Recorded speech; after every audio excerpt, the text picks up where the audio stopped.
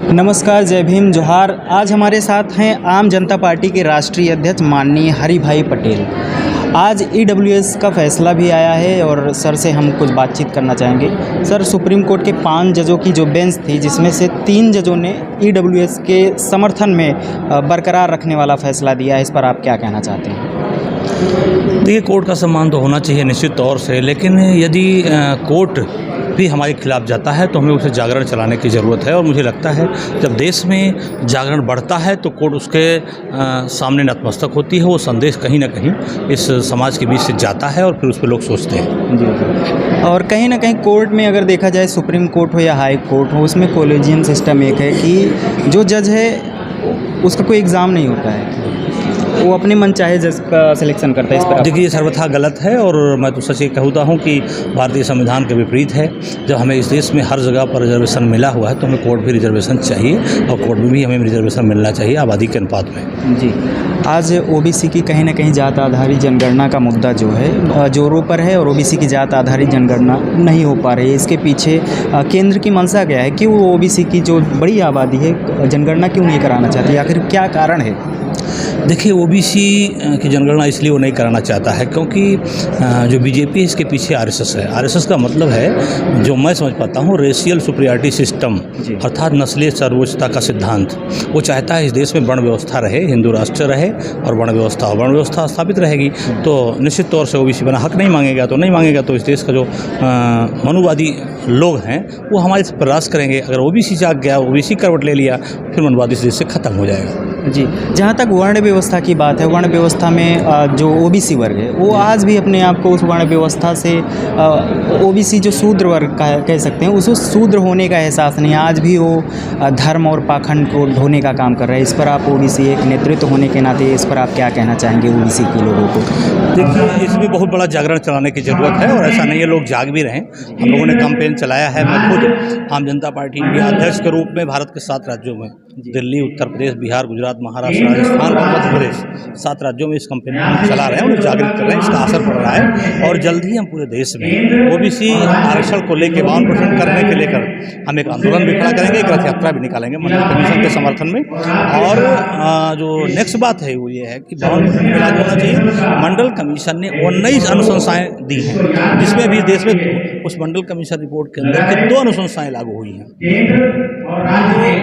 मंडल commission की जो report, अभी सिर्फ 2 ही अनुशंसाएं जो अभी लागू हो पाई हैं, तो क्या आने वाले वक्त में बाकी जो मंडल कमीशन की बाकी जो रिपोर्टें हैं वो लागू हो पाएंगी? जी बिल्कुल लागू हो पाएंगी और मंडल कमीशन की अनुशंसाएं लागू करने का मतलब ही इस देश से संघ और शराब मुक्त भारत होना। और मेरा मानना है कि इस देश से संघ और शराब मुक्त होना चाहिए।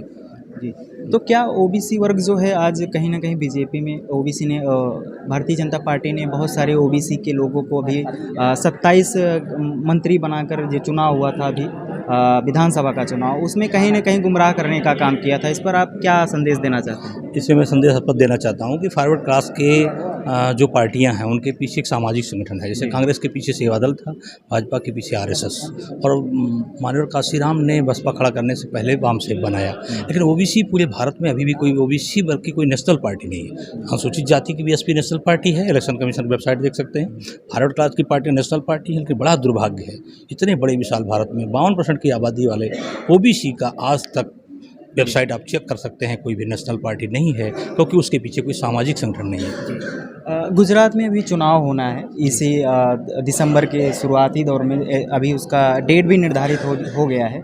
तो गुजरात में बड़े पैमाने पर ओबीसी वर्ग में आने वाला पटेल समाज है। तो कहीं ना कहीं जैसे हार्दिक पटेल हो गए और भी बहुत सारे नेता हैं जो मास जो हमारे समाज का है, भीड़, वो समाज को एक मास के रूप में कहीं ना कहीं बीजेपी में या कांग्रेस में शामिल हो जाते हैं। तो इस पर आप क्या कहेंगे? जैसे हार्दिक पटेल अभी शामिल हो गए बीजेपी में।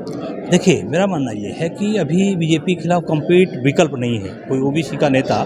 यहाँ तक कि अखिलेश यादव जी हों या लालू प्रसाद यादव जी हों या देश के अन्य ओबीसी के लोग गुजरात जाते ही नहीं है, क्योंकि उनके पास सामाजिक संगठन नहीं, उनका दायरा छोटा है। जब वो दायरा छोटा है तो वहाँ कहीं तो कहीं तो समाज जाएगा, कोई खड़ा नहीं हुआ है तो लोग इधर उधर चले जाते हैं। जिस दिन हम लोग ये कंपेन लेके गुजरात जाएंगे, निश्चित तौर से लोग मेरे साथ खड़े होंगे।